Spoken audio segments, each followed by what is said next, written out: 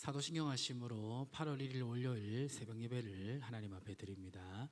다 같이 사도신경 고백합니다. 전능하사 천지를 만드신 하나님 아버지를 내가 믿사오며 그 외아들 우리 주 예수 그리스도를 믿사오니 이는 성령으로 잉태하사 동정녀 마리아에게 나시고 본디오 빌라도에게 고난을 받으사 십자가에 못 박혀 죽으시고 장사한 지 사흘 만에 죽은 자 가운데서 다시 살아나시며 하늘에 오르사 전능하신 하나님 우편에 앉아 계시다가 저리로서 산자와 죽은 자를 심판하러 오시리라.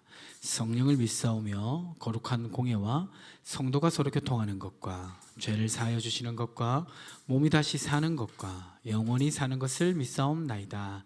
아멘. 찬송가 88장 함께 찬송하도록 하겠습니다. 내 진정 사모하는 친구가 되시는 구주 예수님은 아름다워라. 산 밑에 백합하여 빛나는 새벽별 주님 영원할 길 아주 없도다. 내 맘이 아플 적에 큰 위로 되시며 나 외로울 때 좋은 친구라. 주는 저 산 밑에 백합 빛나는 새벽별 이 땅 위에 비길 것이 없도다.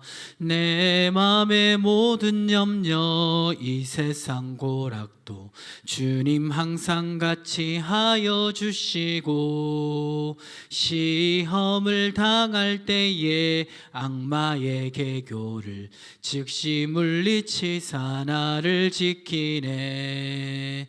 온 세상 날 버려도 주 예수 안 버려 끝까지 나를 돌아보시니 주는 저 산 밑에 백합 빛나는 새벽별 이 땅 위에 비길 것이 없도다. 내 맘을 다하여서 주님을 따르면 길이 나를 사랑하리니 물불이 두렵지 않고 장검도 겁없네. 주는 높은 산성 내 방패시라. 내 영혼 먹이시는 그네 누리고 나 친히 주를 뵙기 원하네. 주는 저 산 밑에 백합 빛나는 새벽별 이 땅 위에 비길 것이 없도다. 아멘. 하나님 말씀은 구약성경 예레미야 1장 4절로 10절까지 말씀입니다. 예레미야 1장 4절로 10절까지 말씀 제가 봉독합니다. 여호와의 말씀이 내게 임하니라. 이르시되 내가 너를 모태에 짓기 전에 너를 알았고 내가 배에서 나오기 전에 너를 성별하였고 너를 여러 나라의 선지자로 세웠노라 하시기로 내가 이르되 슬프도소이다 주 여호와여 보소서 나는 아이라 말할 줄을 알지 못하나이다 하니 여호와께서 내게 이르시되 너는 아이라 말하지 말고 내가 너를 누구에게 보내든지 너는 가며 내가 내게 무엇을 명령하든지 너는 말할지니라. 너는 그들 때문에 두려워하지 말라. 내가 너와 함께하여 너를 구원하리라. 나 여호와의 말이니라 하시고 여호와께서 그의 손을 내밀어 내 입에 대시며 여호와께서 내게 이르시되 보라 내가 내 말을 내 입에 두었노라. 보라 내가 오늘 너를 여러 나라의 여러 왕국 위에 세워 내가 그것들을 뽑고 파괴하며 파멸하고 넘어뜨리며 건설하고 심게 하였느니라 하시니라. 아멘. 오늘부터 예레미야 말씀 보게 되었는데요. 예레미야는 남유다가 마지막 멸망할 때쯤에 조국을 향하여 하나님의 경고와 심판 또 회복의 메시지를 전했던 선지자입니다. 오늘 보면 이 예레미야가 언제 사역을 했는지 나와 있는데요. 읽진 않았지만 예레미야 1장 2절에 보니까 아몬의 아들 유다 왕 요시야가 다스린 지 13년의 여호와의 말씀이 예레미야에게 임하였고라고 되어 있습니다. 요시야 왕은 굉장히 훌륭한 왕이었습니다. 다윗 이후에 가장 하나님을 잘 섬긴 왕이었는데요. 그런데 요시야 왕은 하나님 앞에 참 정직하게 했지만 그 전에 왕들의 악행들 때문에 하나님은 유다를 향한 심판을 작정하고 계셨습니다. 그래서 이제 요시아가 왕위에 있었지만 예레미야를 통해서 하나님의 경고의 메시지가 유다를 향해서 전해졌습니다. 이 예레미야는 언제까지 살아야겠느냐? 3절에 보니까 요시아의 아들 유다왕 요아김 시대부터 요시아의 아들 유다왕 시드기야의 11년 말까지 곧 올해 예루살렘이 사로잡혀 가기까지 임하니라. 그러니까 이 예레미야는 유다가 멸망할 때까지 하나님의 메시지를 전했던 선지자입니다. 하나님께서 하나님 사람 부르실 때 평안한 시대에 부르시기도 하지만 힘들고 어려운 시대에 우리를 부르실 때도 있습니다. 우리는 예수를 믿고 복을 누리는 것을 중요하게 생각하는데요, 예수를 믿고 축복을 누리지만 때로는 사명을 감당할 때에 우리에게 고난이 있고 어려움이 있다는 것을 기억해야 됩니다. 오늘 우리가 살아가는 시대 속에서도 우리가 예수를 믿음으로 복도 누리지만 예레미야처럼 어려운 시대를 향해서 하나님이 감당케 하시는 그런 고난의 수고도 있음을 우리는 이 예레미야서를 통해서 알 수가 있습니다. 그래서 예레미야를 보면요, 예레미야는 많은 고난을 당했습니다. 그래서 고난을 당하다 보니까 더 이상 하나님의 메시지를 전하기 싫다, 그런 속마음을 이야기하기도 합니다. 그러나 멸망해가는 조국을 향해서 자신의 양심상 비록 고난이 있다 할지라도 메시지를 전하지 아니할 수 없었다라고 고백하는 내용을 우리는 예레미야서를 통해서 읽을 수가 있습니다. 오늘 또 말씀해 보면 이 예레미야를 하나님이 선지자로 택해서 세우셨는데요, 택하여 세우실 때 그 말씀을 보니까 5절에 내가 너를 모태 짓기 전에 너를 알았고 너를 배에서 나오기 전에 너를 성별하였고 너를 여러 나라의 선지자로 세웠노라. 이 선지자가 되는 이 이유가 예레미야 자신에게 있지 아니함을 말씀하고 있습니다. 만세전에 예레미야를 택하셔서 하나님 자녀로 삼으셨을 뿐만 아니라 또한 선지자로 하나님이 택하셨다고 말씀하고 있습니다. 우리 개신교가 믿는 하나님은 어떤 하나님입니까? 주권자 하나님, 시작부터 끝까지 알파 오메가 되셔서 모든 것을 그의 뜻대로 섭리하시는 하나님의 주권을 우리는 믿습니다. 우리가 이 땅에 태어나서 예수를 믿게 된 것도 우리의 선택이 이유라고 생각하겠지만 그 선택, 그 이면에 그 선택의 동기가 되도록 우리의 심령을 움직이신 분은 우리 하나님이십니다. 아멘이십니까? 그래서 우리는 만세전에 우리를 택하신 하나님을 믿습니다. 그것을 믿을 때 우리의 인생도 우연이 없고 오늘 선지자 예레미야를 하나님께서 말씀을 전하는 종으로 세우신 것처럼 우리 한 사람 한 사람도 하나님께서 하나님 기뻐하시는 일에 우리를 부르셨는 줄 믿습니다. 그래서 이제 부르심을 우리가 표현할 때 콜링이라고 부르죠.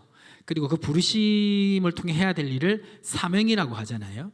이 모든 것은 그 시작이, 그 원인이 우리에게 있지 않고 하나님께 있음을 우리는 고백하게 됩니다. 그래서 우리는 어떤 일을 하든지 하나님께서 불러주신 사명의 자리라 생각하고 하나님 앞에서 그 일에 최선을 다해야 합니다. 하지만 오늘 이 선지자 예레미야는 자신을 선지자로 부르신 하나님이 부담스러웠습니다. 6절에 보니까 내가 이르되 슬프도소이다 주 여호와여 보소서 나는 아이라 말할 줄 알지 못하나이다 하니, 한 나라의 선지자로 부름받는 것이 어떤 막중한 일인지 예레미야는 알고 있었습니다. 때로는 왕에게, 때로는 권력자들에게, 때로는 많은 대중을 향해서 하나님의 메시지를 전해야 되는 이 선지자의 사명이 쉽지 않음을 예레미야는 알고 있었습니다. 그래서 자기는 아이다, 나는 말할 줄 모른다, 내가 어떻게 이 사명을 감당하겠냐라고 하나님께 나는 자격이 안 됩니다 라고 말하는 것을 보게 됩니다. 우리도 우리의 부르심을 따라 살다 보면 때로는 우리 힘으로 감당하지 못하는 그런 사명을 주신 것처럼 느낄 때도 있습니다. 그래 우리가 붙잡아야 될 것은 무엇입니까? 오늘 7절 8절에 보니까 여호와께서 내게 이르시되 너는 아이라 말하지 말고 내가 너를 누구에게 보내든지 너는 가며 내가 네게 무엇을 명령하든지 너는 말할지니라. 너 아이라 말하지 말고 내가 말하는 거 그대로 하고 내가 시키는 거 믿음으로 감당해라, 이 말씀입니다. 우리가 사명을 감당할 때 중요한 것은 어떤 자세냐면 부르신 분이 책임지신다. 나를 이 사명의 자리로 불러주신 분이 그 사명을 감당할 힘과 필요한 것도 채워주신다라고 믿어야 됩니다. 오늘 8절 말씀에도 이렇게 말씀하고 있죠. 너는 그들 때문에 두려워하지 말라. 내가 너와 함께하여 너를 구원하리라. 나 여호와의 말이니라 하시고 9절에 여호와께서 그의 손을 내밀어 내 입에 대시고 여호와께서 내게 이르시되 보라 내가 내 말을 내 입에 두었노라. 오늘 말씀해 보면 하나님은 스스로 아이라 말하는 이 예레미야에게 나의 말을 전할 고난을 주었다고 말씀하고 있습니다. 하나님의 말씀을 전하는 고난은 하나님의 대리자로서의 그런 막중한 사명이죠. 그래서 우리는 우리를 불러주신 하나님 앞에 어떤 자세를 가져야 되냐면 이 일을 맡기신 분이 하나님이다. 더 깊이 들어가면 이 일은 내 일이기 전에 하나님 일이다. 하나님의 일을 나에게 맡긴 거다. 이런 자세가 필요합니다. 이 자세는 한편으로는 우리에게 겸손을 주고요. 또 한편으로는 어떤 상황에 있다 할지라도 하나님이 함께 하시지. 이건 내 일이 하나님 일이지. 담대한 믿음을 가지게 합니다. 오늘 10절 말씀해 보니까 하나님 예레미야 이렇게 말씀하십니다. 보라 내가 오늘 너를 여러 나라 여러 왕국 위에 세워 내가 그것들을 뽑고 파괴하며 파멸하고 넘어뜨리며 건설하고 심게 하였느니라 하시니라. 예레미야에게 하나님의 말씀의 권위를 주었기 때문에 예레미야 네가 말하는 대로 나라가 서기도 하고 네가 말하는 대로 나라가 멸망하기도 할 것이라고 말합니다. 하나님 주신 사명을 감당한다는 것은 하나님의 일을 감당한다는 것이죠. 그래서 거기에는 하나님 주신 권위가 있습니다. 오늘 우리가 살아가는 평범한 삶 속에서도 주님은 우리를 복음을 전하고 하나님 나라를 확장하는 그 일로 우리를 부르셨습니다. 그래서 우리는 담대한 마음을 가지고 사명감을 가져야 됩니다. 내가 어떻게 그런 큰 일을 합니까? 라고 생각할 수 있지만 예수님이 어부 제자들을 세워놓고 승천하실 때 무엇이라고 말씀하셨습니까? 마태복음 28장 한번 찾아보겠습니다. 28장 여기 18절 20절에 보면 예수님도 제자들을 세워놓고 떠나실 때 이런 말씀하셨어요.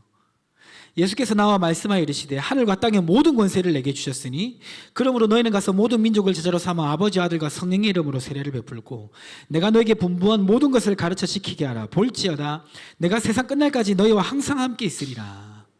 예수님도 마지막 가실 때에 하늘과 땅의 모든 권세를 내게 줬다. 예수님께 줬다. 그러니까 너희는 내 제자니까 내게 주신 권세를 믿고 담대하게 복음을 전하라고 말씀하십니다.